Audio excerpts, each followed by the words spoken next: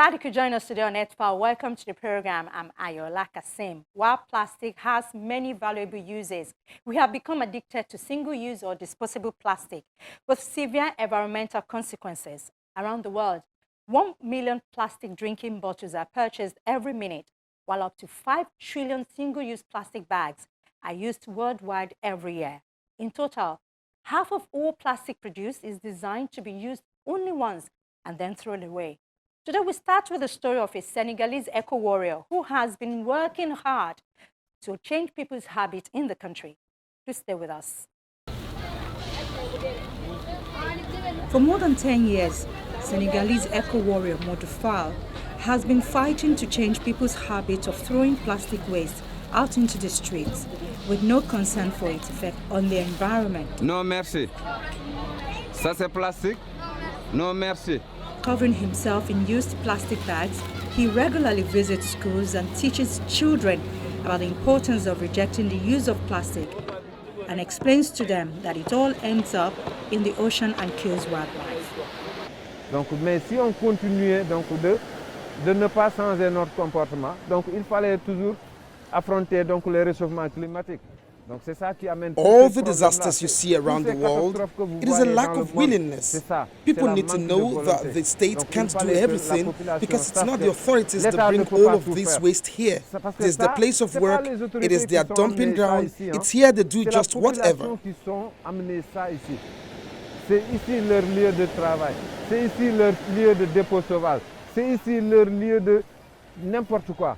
For him, saving the planet and the oceans from plastic pollution starts very young and at home. Environmental group Greenpeace says it is not enough to rely on individuals to keep the environment clean. They want the government to impose a total ban on single-use plastic and packaging.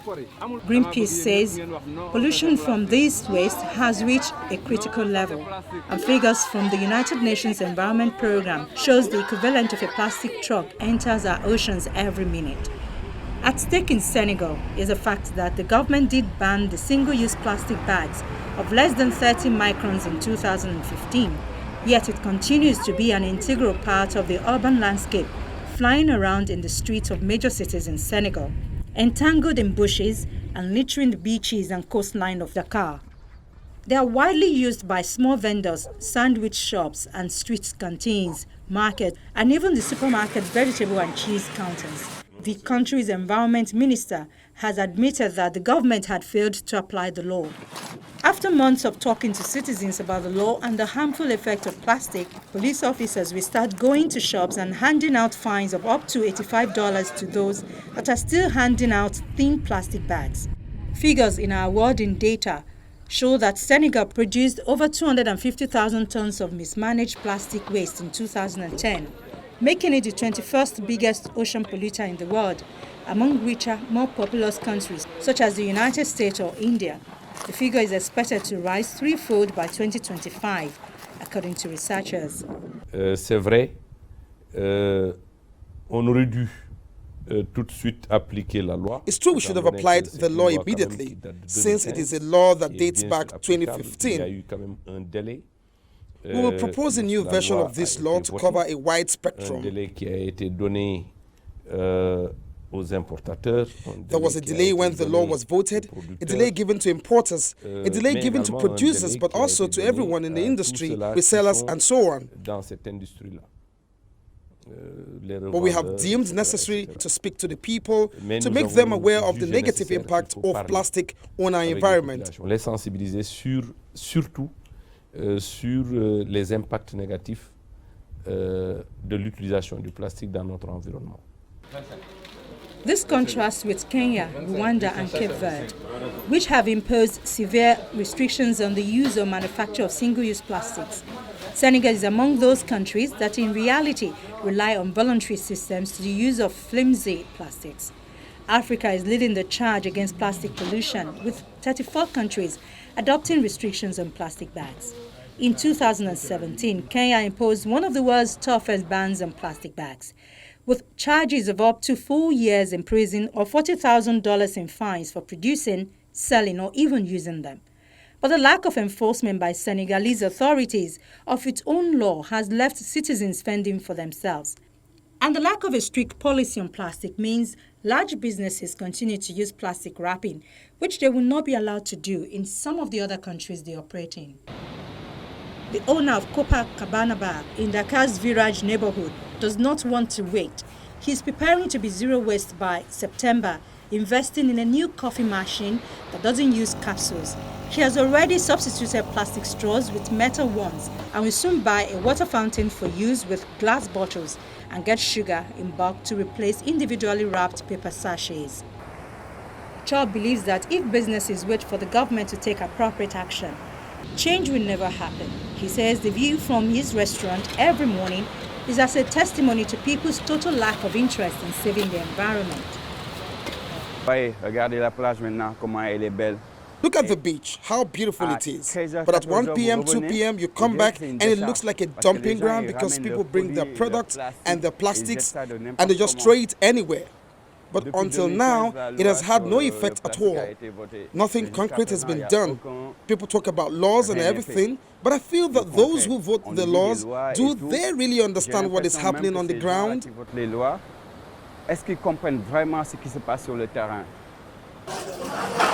In many developing countries, plastic bags are causing floods by blocking drains, or they are being eaten by cattle.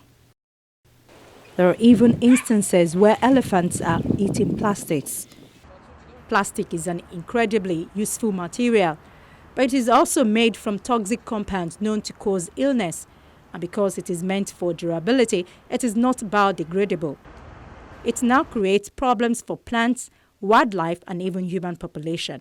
The major problem with plastics really is that they are really not degradable. As a result, they end up staying in the environment for such a very long time. And any material that would have that kind of persistent nature will eventually become a problem in the society.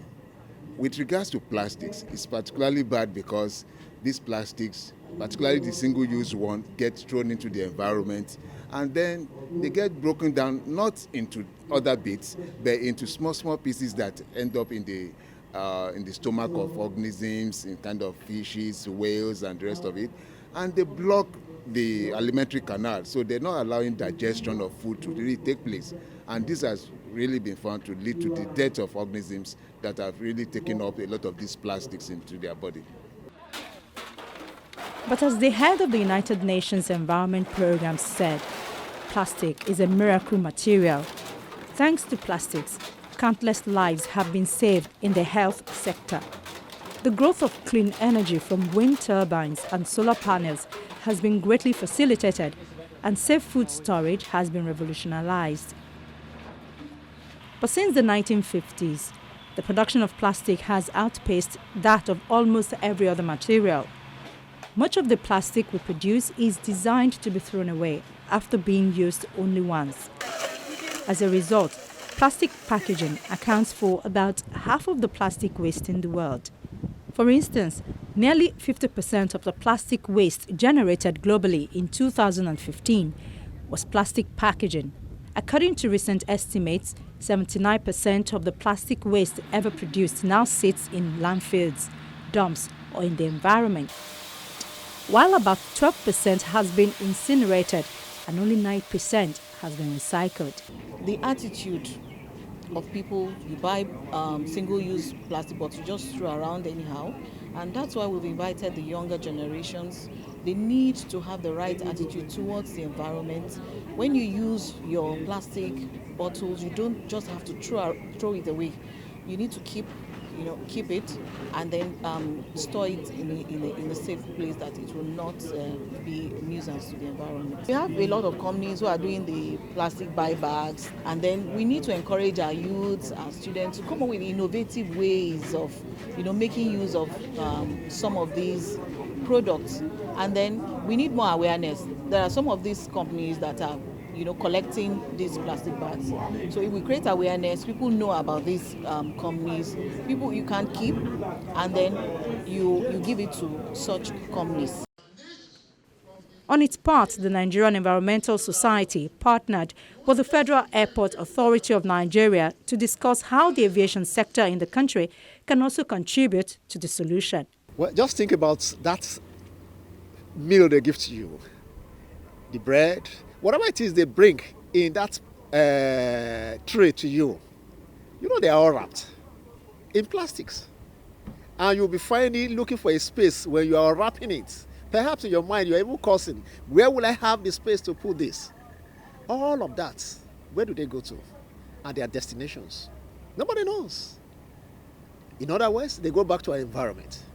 And they are not biodegradable. And we are helped to appreciate that all this could live in the environment, stay there for upward of 400 years. And no wonder we have so much of this all around us today.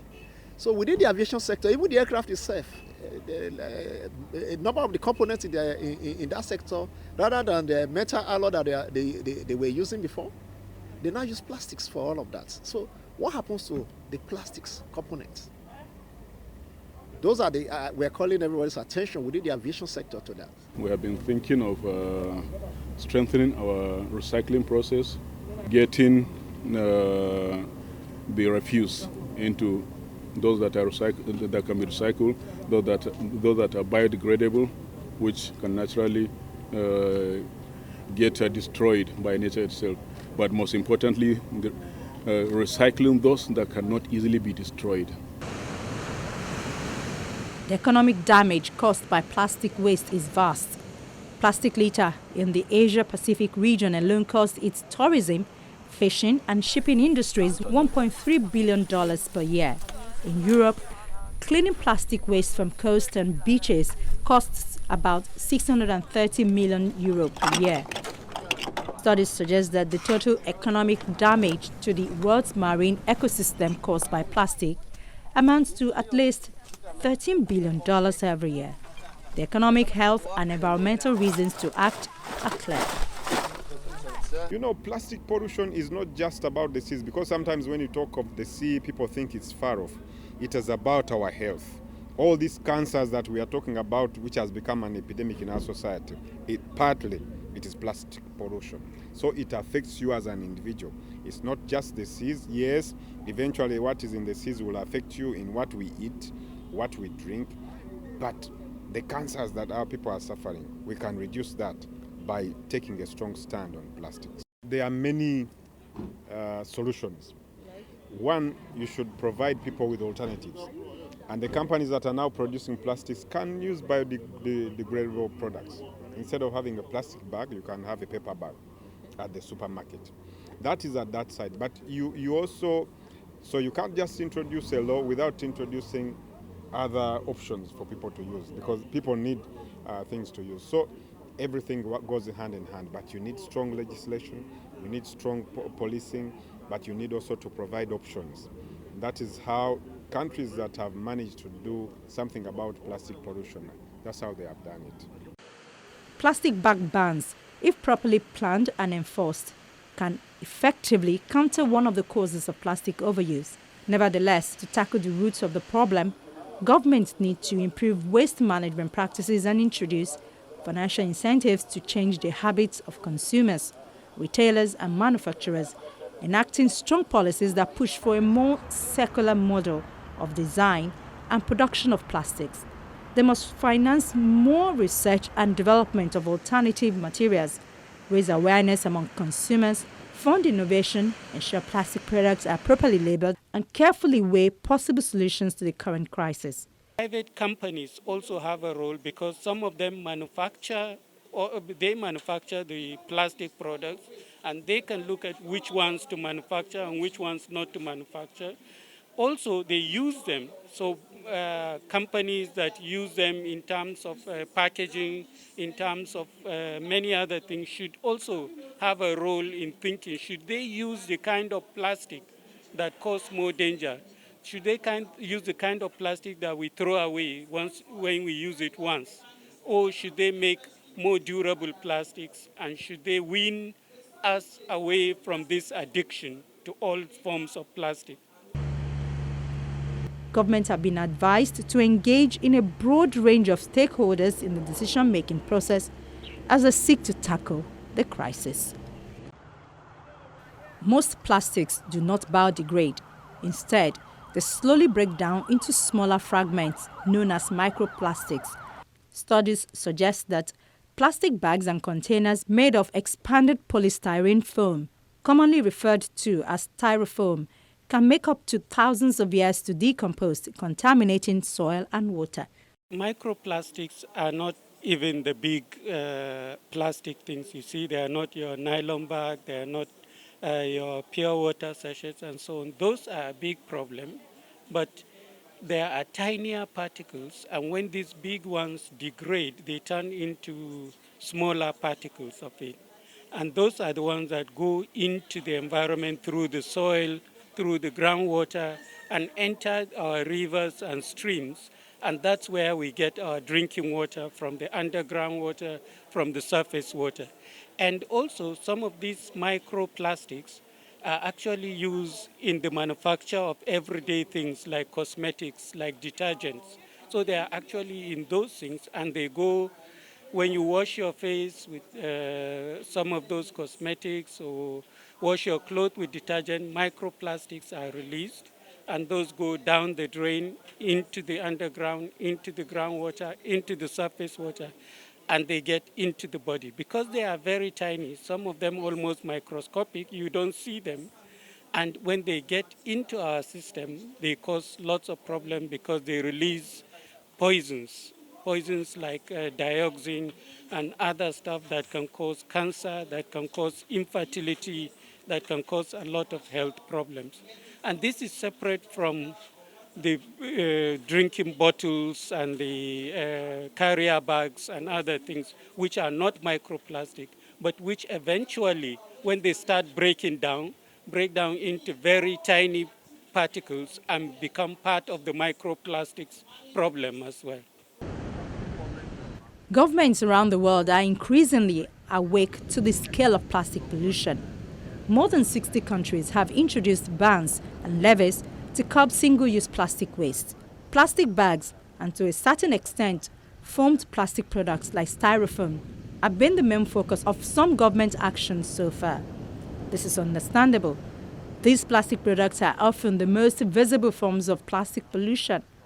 It is estimated that 1 to 5 trillion plastic bags are consumed worldwide each year. 5 trillion is almost 10 million plastic bags per minute. If tied together, all these plastic bags could be wrapped around the world 7 times every hour. We need to do a lot of public sensitization, public enlightenment. Then the government must come out strongly, like we have in Kenya now and some other advanced countries such as France and Germany, that we should put a total ban to use of plastics, especially plastic bags. When you go shopping, you can always reuse your jute bags. So we have what we call jute bags. You know, in other advanced countries like Paris, when you request for plastic bags at supermarkets, you are charged. So if supermarkets begin to charge every Nigerian extra fee for making use of plastics, I think then people will run away from using plastics.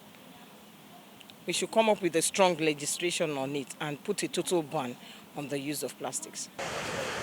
It is believed that it is too early to draw robust conclusions on the environmental impact that bans and levies have had. In 50% of cases, information about their impact is lacking, particularly because some countries have adopted them only recently and partly because monitoring is inadequate. In countries that do not have data, about 30% have registered drastic drops in the consumption of plastic bags within the first year. The remaining 20% of countries have reported little to no change.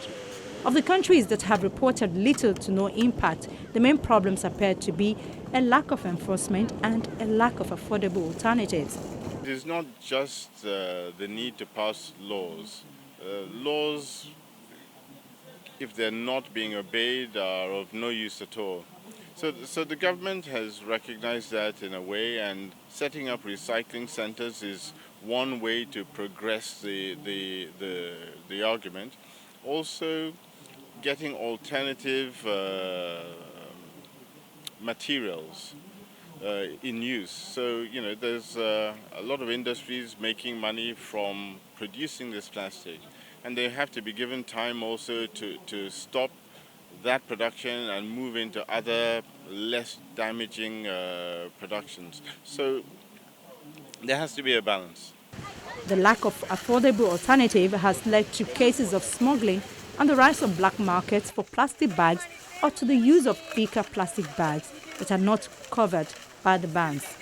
This has increased environmental problems in some cases. I think we all should take up the role.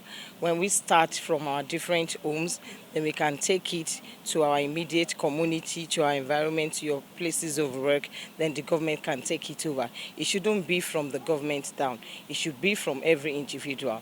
I'll make sure that I take proper care of my waste, especially my plastics, to try as much as possible to reuse my plastic, put them in the proper perspective, like the PET bottles that were used today to drink water.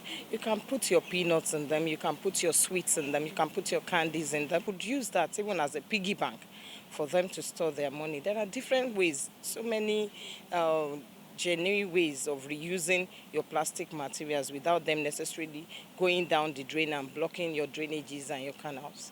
I think the primary role should be that of government to set the right regulation and incentive, because it becomes almost impossible to not use plastics because of the incentive that government is giving. There is no tax on plastic, there is no ban on some of the dangerous plastics, so they are available everywhere. So that's where it starts, with the right regulation and good enforcement of those regulations. Then secondly, each of us as an individual have a personal responsibility to change our behavior. Like they said, to not use plastics where we can use other things. When we have to use plastic, to use the kind of plastic that we can reuse, and to recycle plastic when we use them. The oceans are so vast and deep that until fairly recently, it was widely assumed that no matter how much trash and chemicals humans dumped into them, the effect would be negligible.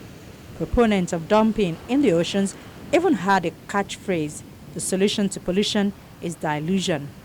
There is evidence that the oceans have suffered at the hands of mankind for millennia, but recent studies show that degradation, particularly of shoreline areas, has accelerated dramatically in the past 3 centuries as industrial discharge and runoff from farms and coastal cities has increased. Many of the seas, the oceans, everywhere you find plastics. If we are going to have fish, if we are going to protect the marine environment, and if we are going to protect ourselves, we need to beat the plastic pollution. Floating plastics, which are presently the most abundant items of marine litter, also contribute considerably to the transportation of non-indigenous marine species, thereby threatening marine biodiversity and the food web. These floating particles accumulate toxic pollutants on their surface during their long resistance time in polluted seawater and can therefore represent a concentrated source of environmental pollution or serve as a vector for toxic pollutants that accumulate in the food webs. My advice to our people is that we should have a sense of belonging when it comes to environment. The environment belongs to us, and the way you treat the environment is the way the environment will react to you. And if we treat our environment very well, we can be sure that we are the main beneficiary of this. It's not just the government directly, though the government has the social contract to provide a very good environment for us. But we, the people, are the main beneficiaries. And if we can start this in silos, then the government will integrate these silos and we can have a better environment. If nothing else, let us have a better environment. It's not about how rich you are or how poor. It's about how we care. And it's all started with care. However, with globalization bringing about the exchange of products across countries, the need for packaging that is both durable and inexpensive has led to the exponential increase in the production of plastic materials in the last centuries.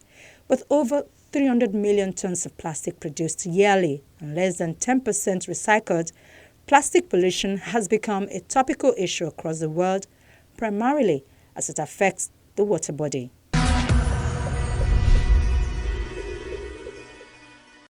Preventing plastic pollution and encouraging solutions for a healthy ocean and indeed our environment must be something we all must strive to do. After all, only a healthy earth can accommodate a healthy people. That's our program for the week. Thank you for watching. We'll return next week. But before then, you can view this episode and other episodes by visiting our YouTube channel, youtube.com/channelsweb. Do click the playlist menu and then click S-File. From me, Ayola Kasim, and the S-File crew here in Lagos.